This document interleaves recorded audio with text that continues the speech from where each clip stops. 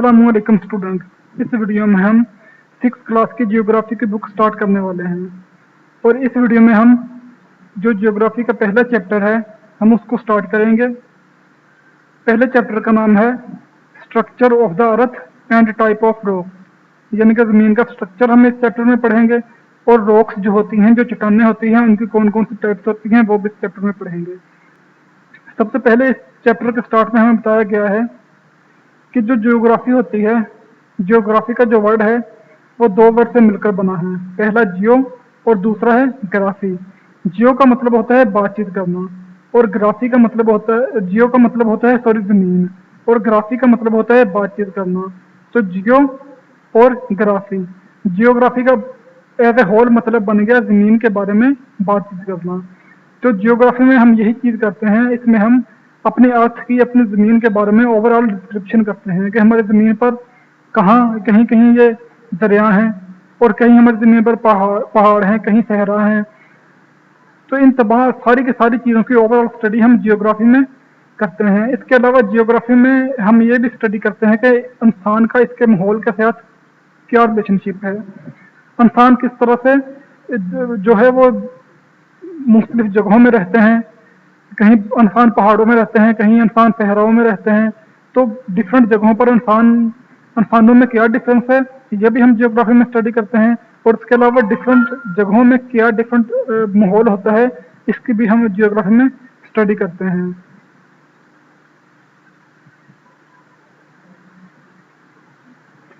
तो जियोग्राफी की हमारे पास डेफिनेशन ये है कि geography is the science of places. Geography जगहों की साइंस है, इसमें हम मुख्तलिफ जगहों की स्टडी करते हैं। और इसके अलावा हम जियोग्राफी में एक जगह से दूसरी जगह या और ज़मीन की जो सरफेस है उन तमाम की तमाम चीज़ों की हम ओवरऑल स्टडी कर रहे होते हैं। तो ये तो था एक जियोग्राफी का इंट्रोडक्शन।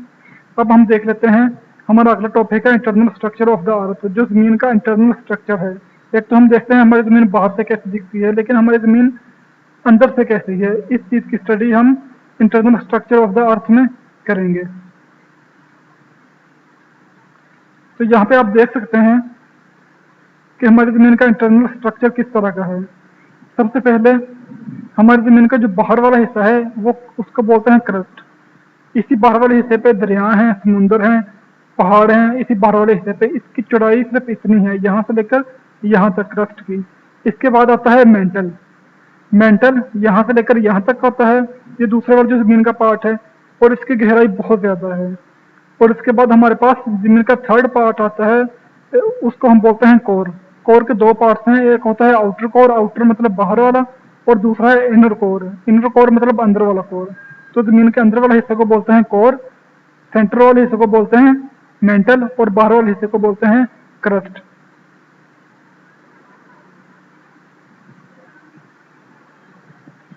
तो ज़मीन जो है वो इन तीन पार्ट्स में डिवाइडेड है। हमारे पास क्रस्ट है, बाद में हमारे पास मेंटल है और मेंटल के बाद हमारे पास कोर है। कोर के आगे हमारे आगे दो पार्ट्स हैं, एक इंटरनल कोर और एक इंटरनल या इनर कोर। इनर मतलब अंदर वाला और आउटर कोर मतलब बाहर वाला कोर। ठीक है,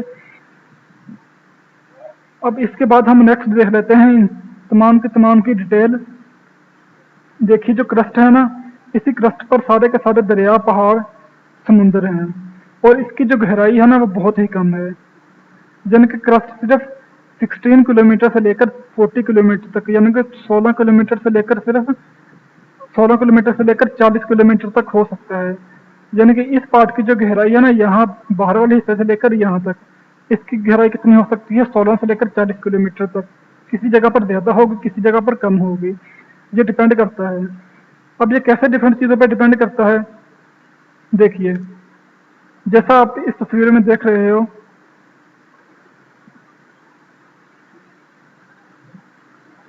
कि किसी जगह पर हमारा जो है क्रस्ट ज़मीन का सबसे ऊपर वाला पार्ट है ये वाला, इसमें कहीं बड़े बड़े जो हैं वो पहाड़ हैं, कहीं ये वाला दरिया है।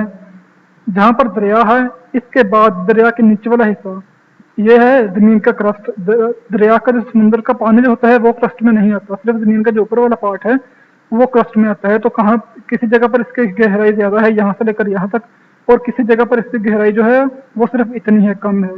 तो डिपेंड करता है, किसी जगह पर इसकी गहराई ज़्यादा होगी जहाँ पर पहाड़ हैं ऊंचे हैं, और किसी जगह पर इसकी गहराई कम होगी।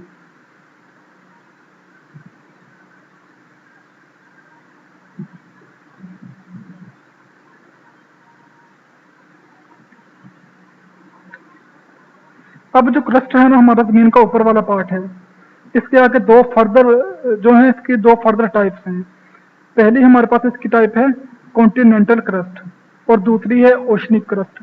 देखिए कॉन्टिनेंटल बोलते हैं खुश्की वाले हिस्सों को, जो जमीन के खुश्की वाले पार्ट है ना जहाँ समुद्र का पानी नहीं है उनको बोलते हैं कॉन्टिनेंट या कॉन्टिनेंटल। तो कॉन्टिनेंटल क्रस्ट वो वाला क्रस्ट जहाँ पर समुद्र का पानी नहीं है, और ओशनिक क्रस्ट वो वाला पानी जहाँ ओशन का पानी आता है, यानी कि समुद्र का पानी आता है। ओशन मतलब होता है समुद्र, तो ओशनिक क्रस्ट वो पार्ट जहाँ पर समुद्र का पानी आता है। जो जहाँ जहाँ समुद्र का पानी आता है उसकी गहराई होती है कम से कम 8 किलोमीटर। 8 किलोमीटर से ज्यादा भी हो सकती है, लेकिन इसकी गहराई कम होती है क्योंकि यहाँ पर ऊपर समुद्र का पानी है और नीचे जो जमीन का सेंटर वाला जो मेंटल होता है एम से वो स्टार्ट हो जाता है, जो जमीन का सेंटर वाला पार्ट होता है। लेकिन यहाँ पर इसकी गहराई ज्यादा होती है कॉन्टिनेंटल क्रस्ट की, क्योंकि इसमें बड़े बड़े पहाड़ आते हैं, इसलिए यहाँ से लेकर मेंटल तक की गहराई 8 किलोमीटर से लेकर 40 किलोमीटर तक हो सकती है। इसके बाद हमें यहाँ पर यह भी बताया गया है कि जो कॉन्टिनेंटल क्रस्ट है ना उसमें ज्यादातर एल्यूमिनियम पाया जाता है और सिलिकॉन पाया जाता है। एल्यूमिनियम और सिलिकॉन दो चीजें पाई जाती हैं इस कॉन्टिनेंटल क्रस्ट में, खुश्की वाले हिस्से में, इसलिए इसको साइल भी बोलते हैं, SiAl, क्योंकि Si से सिलिकॉन और Al से एल्यूमिनियम, तो सिलिकॉन का Si लो और एल्यूमिनियम का Al लो, क्या बन गया साइल, तो इसलिए हम इसको साइल बोलते हैं। और इसकी ज्यादा से ज्यादा जो डेप्थ हो सकती है, गहराई हो सकती है 40 किलोमीटर हो सकती है। और इसके बाद जो ओशनिक क्रस्ट है, ओशन में समुद्र के अंदर ज्यादातर सिलिकॉन और मैग्नीशियम पाए जाते हैं, ये दो चीजें, तो इसलिए इनको साइमन में बोलते हैं। Si से सिलिकॉन, Ma से मैग्नीशियम, इसलिए इनको हम साइमन में बोलते हैं। अब ये सारी चीजें आपको जबानी याद करने की जरूरत नहीं है, ये सिर्फ चीजें वैसे आपको पता होनी चाहिए। जो इसके इंपॉर्टेंट क्वेश्चन होंगे जो आपने याद करने होंगे वो मैं आगे आपको करवा दूंगा। अब हम बात करते हैं जमीन के सेंटर वाले पार्ट की, जो कि है मेंटल। ये वो मेंटल नहीं है जो कि हम पागल को मेंटल बोलते हैं। इस मेंटल का मतलब है जमीन का सेंटर वाला हिस्सा। इसके स्पेलिंग है MANTLE, मेंटल, पहले TLE आता है। तो जो जमीन का सेंट्रल पार्ट है उसको हम बोलते हैं मेंटल। सेंट्रल पार्ट जमीन का ये वाला पार्ट सेंट्रल। अगर मैं एक और तस्वीर में आपको दिखा दूं, जैसा कि आप इस तस्वीर में देख रहे हो कि हमारे जो जमीन का क्रस्ट है ना, बाहर वाला हिस्सा, जैसा कि मैंने आपको बताया, इसकी गहराई बहुत ही कम है, सिर्फ यहाँ से लेकर यहाँ तक इतना। लेकिन जो मेंटल है वो यहाँ से शुरू होता है और यहाँ तक आता है। और इस मेंटल का जो ऊपर वाला पार्ट होता है ना, ये लावा की फॉर्म में है, ये पिघला हुआ है। और जो नीचे वाला पार्ट है ये सॉलिड है, यानी कि ठोस है। अब जो ऊपर वाले पार्ट का टेम्परेचर है, मेंटल के ऊपर वाले पार्ट का टेम्परेचर, वो भी हमें यहाँ पर बताया गया है। मेंटल के ऊपर वाले पार्ट का टेम्परेचर हम देख लेते हैं। जो मेंटल के ऊपर वाला पार्ट है उसका टेम्परेचर है 2000 सेल्सियस, यानी कि 2000 सेल्सियस। और जो नीचे वाला पार्ट है इसका टेम्परेचर है 3000 सेल्सियस, यानी कि 3000 सेल्सियस। तो इसका टेम्परेचर हमारे पास हो गया 2000 सेल्सियस, और इसका टेम्परेचर हमारे पास कितना हो गया 3000 सेल्सियस। अब यह है सॉलिड फॉर्म में, एस से मैं लिख लेता हूँ सॉलिड, और यह है लावा के फॉर्म में, एल से लावा। अब यहाँ पर ये सॉलिड फॉर्म में किए हुए, इसका टेम्परेचर तो ज्यादा है। अब जैसे जैसे हम जानते हैं कि टेम्परेचर बढ़ता है वैसे वैसे चीजें पिघलनी शुरू होती हैं, लेकिन यहाँ पर टेम्परेचर ज्यादा है। टेम्परेचर ज्यादा होने के बावजूद भी ये जो है वो सॉलिड फॉर्म में है। ये इसलिए है क्योंकि यहाँ पर प्रेशर ज्यादा बढ़ जाता है, क्योंकि जो मेंटल का नीचे वाला पार्ट है ना, इसके ऊपर मेंटल के ऊपर वाले पार्ट का भी प्रेशर पड़ता है, इसका सारे का सारा वजन पड़ता है, और जो क्रस्ट है इसका भी सारे का सारा वजन पड़ता है।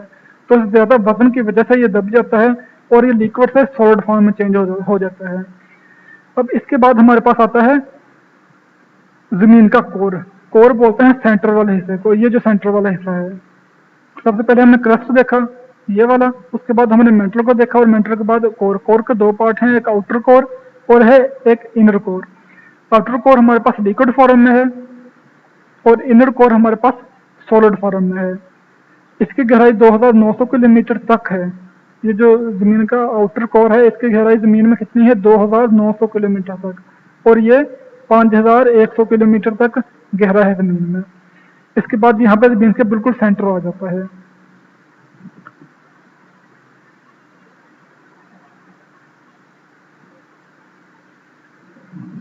अब अगर हम कोर के देख रहे हैं तो कोर का जो बाहर वाला पार्ट है, जो आउटर पार्ट है, उसका टेम्परेचर है, उसका हमारे पास टेम्परेचर है 3800 सेल्सियस। जो कोर का बाहर वाला पार्ट है उसका टेम्परेचर 3800 सेल्सियस, और जो कोर का अंदर वाला पार्ट है उसका टेम्परेचर है 5200 सेल्सियस। तो कोर के अंदर वाले पार्ट का टेम्परेचर बहुत ही ज्यादा है, लेकिन यहाँ पर भी टेम्परेचर ज्यादा है। इस टेम्परेचर ज्यादा होने के बावजूद भी जो कोर का अंदर वाला पार्ट है वो सॉलिड फॉर्म में है। ये जो कोर का हमारे पास अंदर वाला पार्ट है, यह है सॉलिड फॉर्म में। ये सॉलिड फॉर्म में टेम्परेचर बढ़ने के बावजूद इसलिए है क्योंकि अगेन यहाँ पर जो है वो प्रेशर इन तमाम की तमाम चीज़ों का ज़्यादा पड़ रहा है, इतना ज़्यादा इसके ऊपर वजन पड़ रहा है, तो ज़्यादा वजन पड़ने की वजह से ये सॉलिड फॉर्म में है, जबकि ऊपर वाला पार्ट जो है वो हमारे पास लिक्विड फॉर्म में है। तो इस वीडियो में हमने देखा कि जो स्ट्रक्चर ऑफ द अर्थ है, जमीन का इंटरनल स्ट्रक्चर है, वो किस तरह का है, जमीन अंदर से हमारे किस तरह से है। अब आगे आने वाली वीडियो में हम इसके जो बाकी टॉपिक्स हैं उनको भी पढ़ेंगे, जिसमें हम टेक्टोनिक प्लेट को पढ़ेंगे। टेक्टोनिक प्लेट्स देखिए ये होती हैं जो हमारी ज़मीन है ना, जो ज़मीन का आउटर वाला पार्ट है। अब हम ये जानते हैं कि ये जो मेंटल है ये मोल्टन फॉर्म में है, मेंटल हमारे पास मोल्टन फॉर्म में है, और जो हमारे पास ज़मीन का आउटर वाला बाहर वाला पार्ट है ये है क्रस्ट, ये सॉलिड फॉर्म में है। तो ये क्रस्ट इसके ऊपर तैर रहा है, यानी कि इस लावे के ऊपर ये सारे का सारा क्रस्ट हमारी ज़मीन इसके ऊपर तैर रही है। तो इस लावे पर तैरने की वजह से इसमें कहीं कहीं दरारें पड़ गई हैं। यहाँ पे ऐसे यहाँ पे इसमें दरारें पड़ गई हैं। इन दरारों की वजह से ही ज़लज़ले आते हैं, इन दरारों की वजह से ही लावा ज़मीन से निकलता है। अब ये सारे का सारा प्रोसेस कैसे होता है, इसका क्या मैकेनिज्म है, ये सारी की सारी चीज़ें जो हम आने वाली वीडियो में पढ़ेंगे, इसको बोलते हैं टेक्टोनिक प्लेट्स। तो ताकि आने वाली वीडियो में हम टेक्टोनिक प्लेट्स के बारे में डिटेल से पढ़ेंगे।